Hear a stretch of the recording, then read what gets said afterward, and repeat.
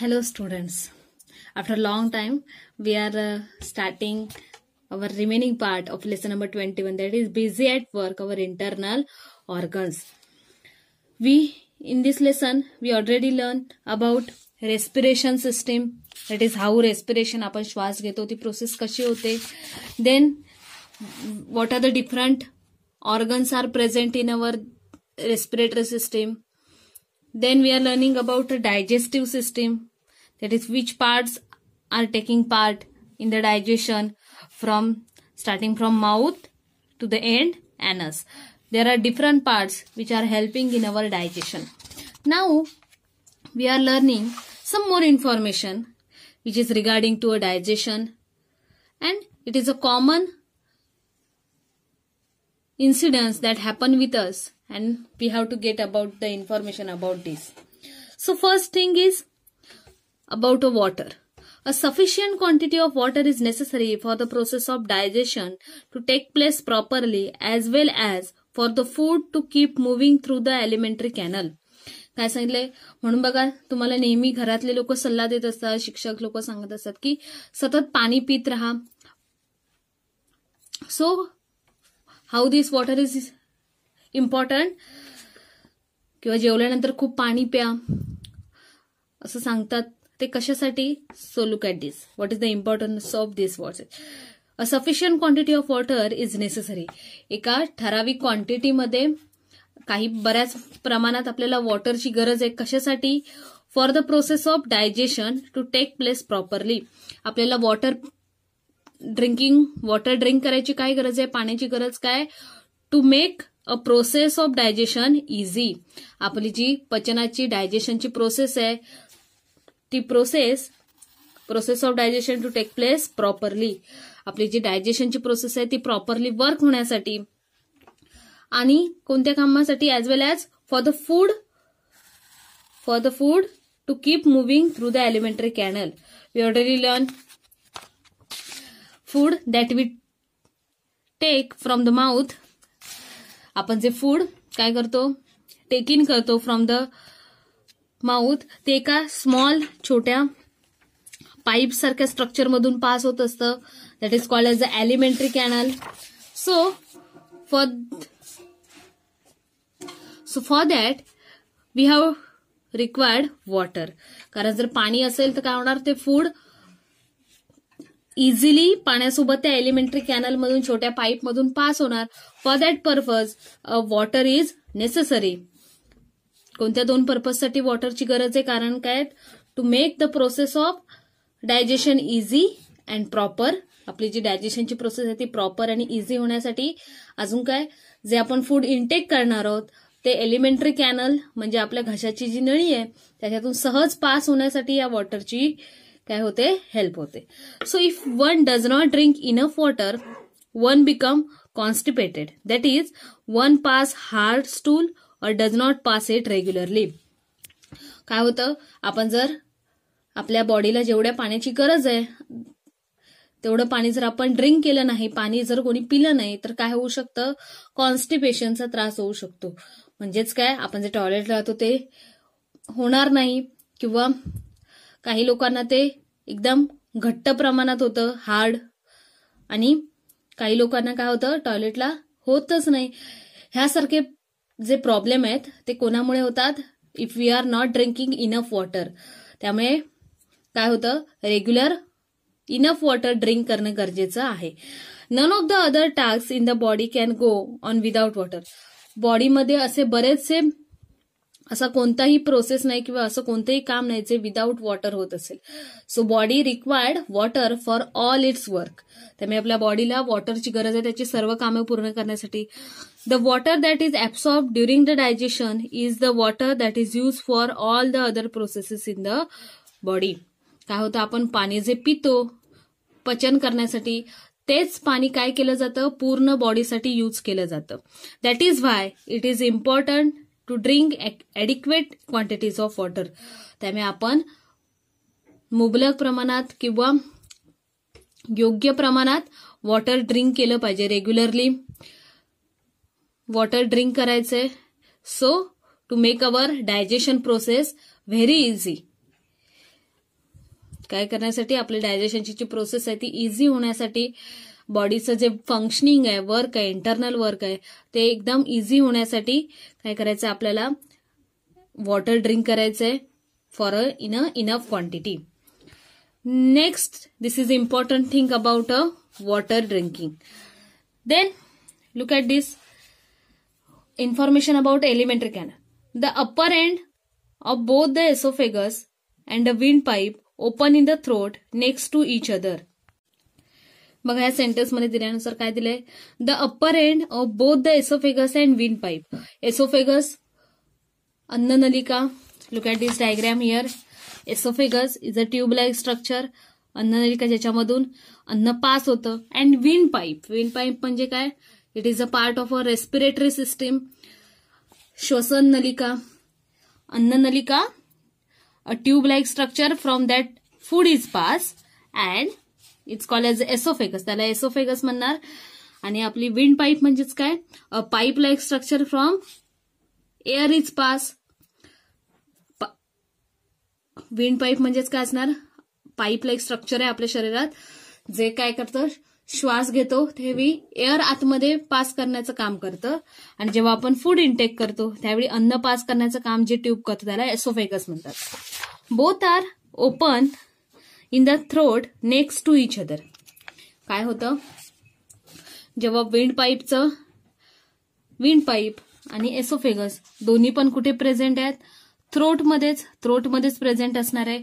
थ्रोटचा first part wind पाईपचा संपल्यानंतर next जी tube start होते त्यालाच आपण काय म्हणतो, oesophagus. So this is opening into a throat. दोघांचं ओपनिंग काय आहे, थ्रोटमध्येच आहे, एका पाठोपाठ एक, विंड पाईप नंतर oesophagus. When food is swallowed, the windpipe remains closed. जेव्हा आपण फूड इंटेक करतो, जेव्हा माउथ थ्रू आपण जेव्हा फूड इंटेक करतो त्यावेळी काय होतं, इथे विंड पाईपची गरज नाहीये, त्यामुळे विंड पाईप काय असतो त्यावेळी क्लोज असतो आणि आपली एसोफेगस हा पाईप काय असतो, ऑन असतो. The wind pipe remains close. काय सांगितलं, विंड पाईपचं फंक्शनिंग कुठे आहे, फक्त रेस्पिरेशन मध्ये एअर पास करण्यासाठी.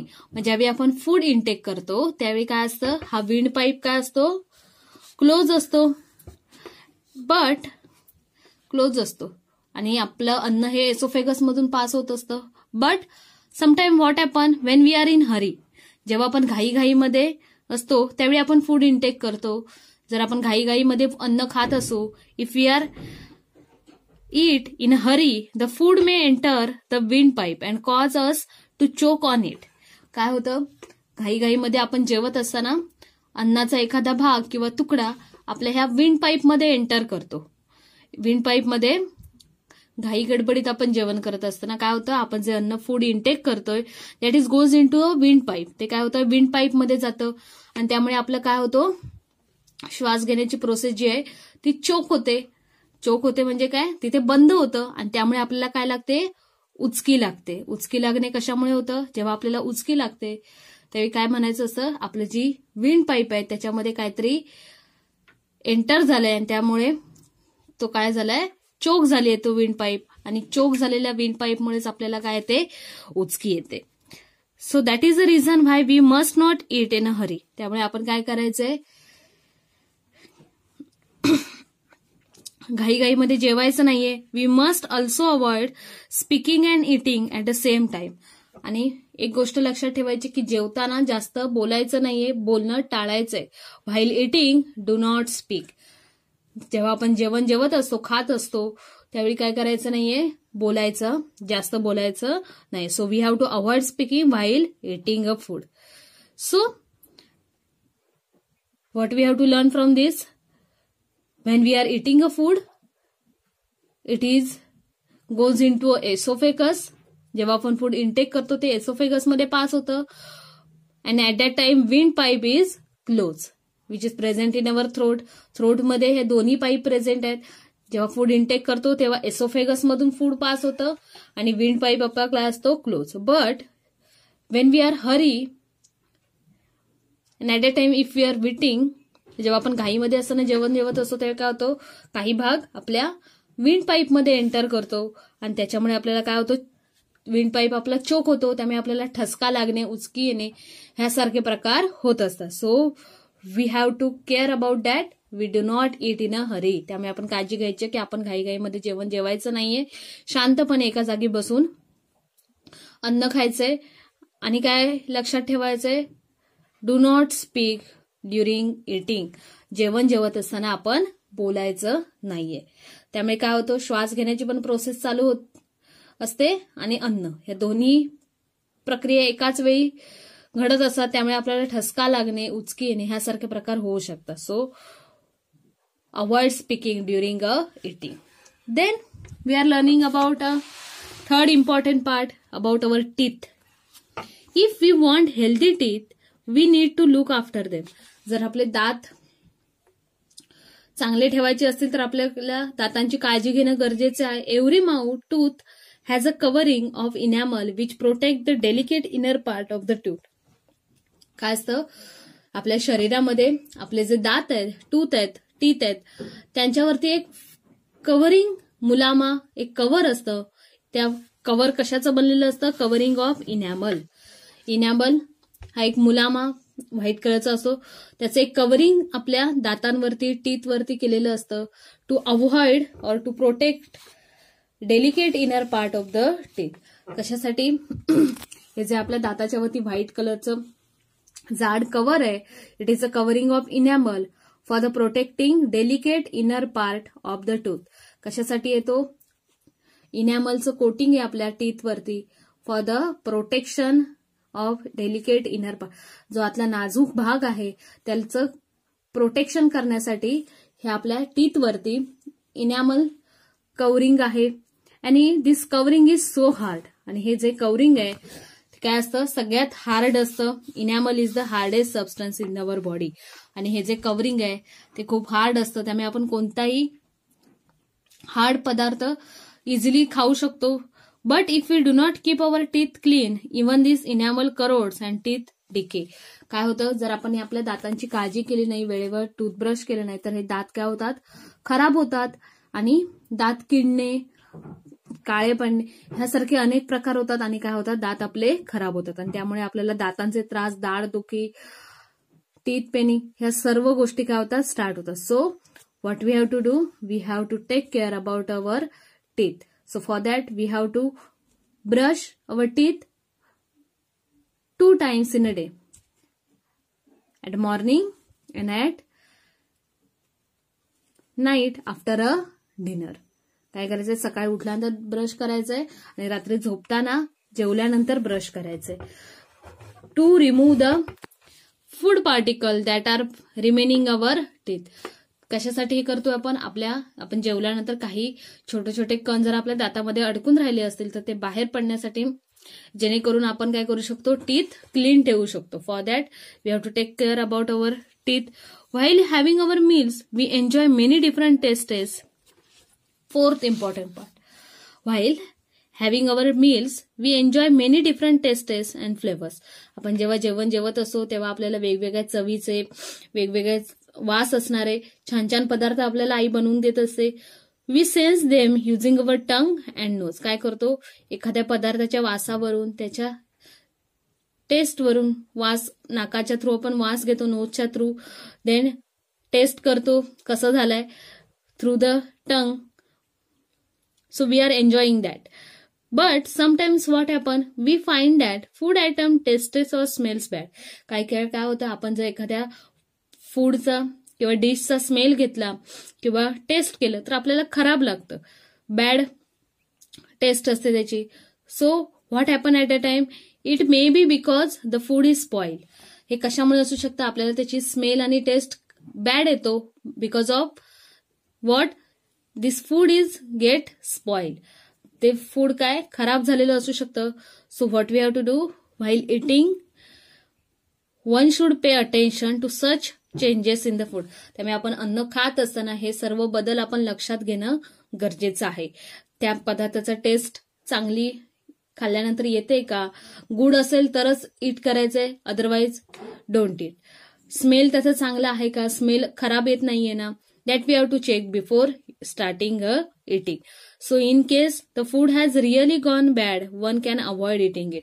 आणि जर आपल्याला टेस्ट आणि स्मेल केल्यानंतर पदार्थ खराब वाटला तर तो इट करायचा नाहीये, बिकॉज इट गेट स्पॉइल्ड. कारण बिकॉज काय झालेलं असू शकतो, तो खराब झालेला असू शकतो. आणि if we are taking this spoiled food, then food poison occur, indigestion occur. So we should have to prevent such a diseases, avoiding this spoily food. त्यामुळे आपण वेगवेगळ्या प्रकारचे आजार होण्यापासून, जॉन्डिस, इंडायजेशन, अन्न न पचणे, फूड पॉयझनिंग यासारखे अनेक आजार होण्यापासून आपण वाचू शकतो जर आपण हे प्रिकॉशन घेतली की जर फूड स्पॉइल झालेलं असेल तर ते ईट करायचं नाहीये. So these are the main important 4 things that is helpful और very necessary in our body functioning. Thank you.